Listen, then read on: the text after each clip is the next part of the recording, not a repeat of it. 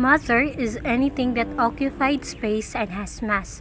On Earth, matter forms of three states: solid, liquid, and gas.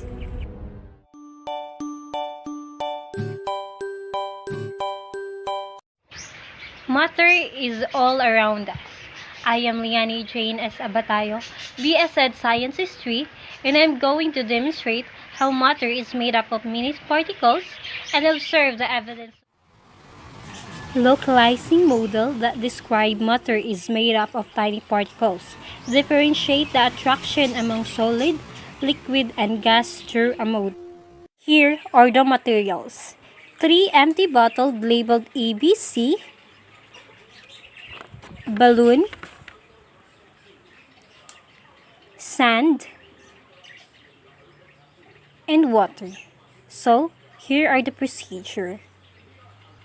To begin with, get a cup and uncup empty bottles and try to squeeze it with your hands. Observe what happens.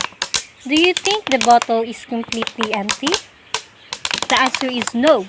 It has an air inside, and air is made up of extremely tiny particles. Next, from bottle A, remove a cup and put the balloon on the top of the bottle.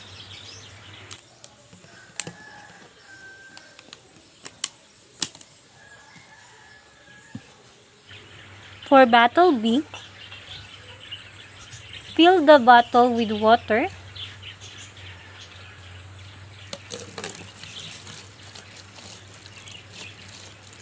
slowly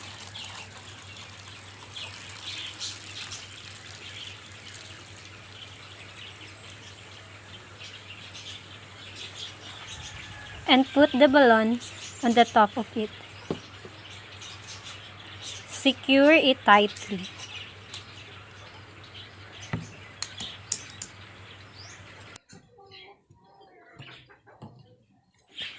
For bottle C, fill the bottle with sand.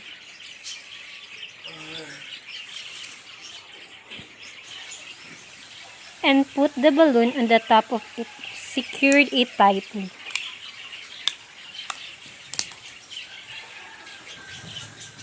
As you done doing those procedures, you have now the three states model of matter: gas, liquid, and solid.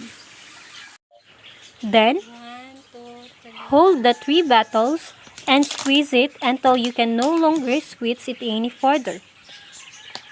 Observe what happens.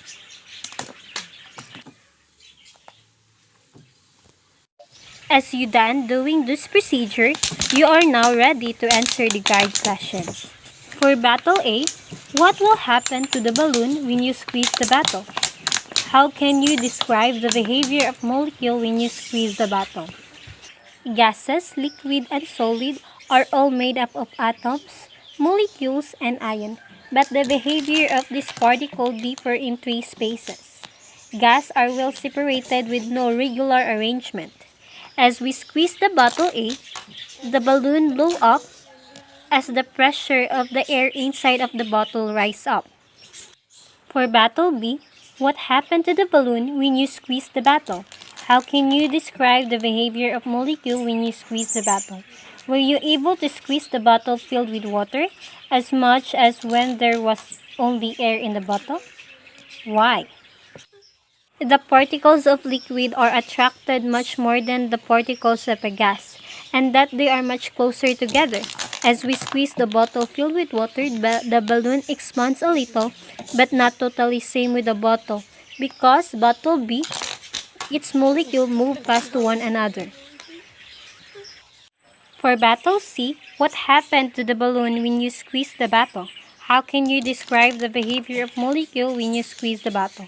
Were you able to squeeze the bottle filled with sand as much as it when it was empty? Solid particles are very strong. They are definite in volume and definite in shapes. They are much closer to each other and vibrate in position, but the molecule don't move fast unlike the bottle A and bottle B because they are compacted, and it results that it very difficult to squeeze.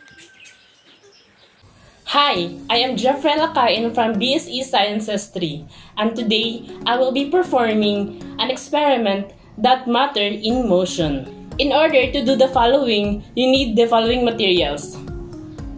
The two food coloring, the blue and red, the cold water, hot water, and two droppers. Procedure. Using droppers, carefully place 1 drop of yellow and 1 drop of blue coloring into cold and hot water respectively at the same time. Do not mix the water using any materials. Allow the color to mix on their own, then observe what happens.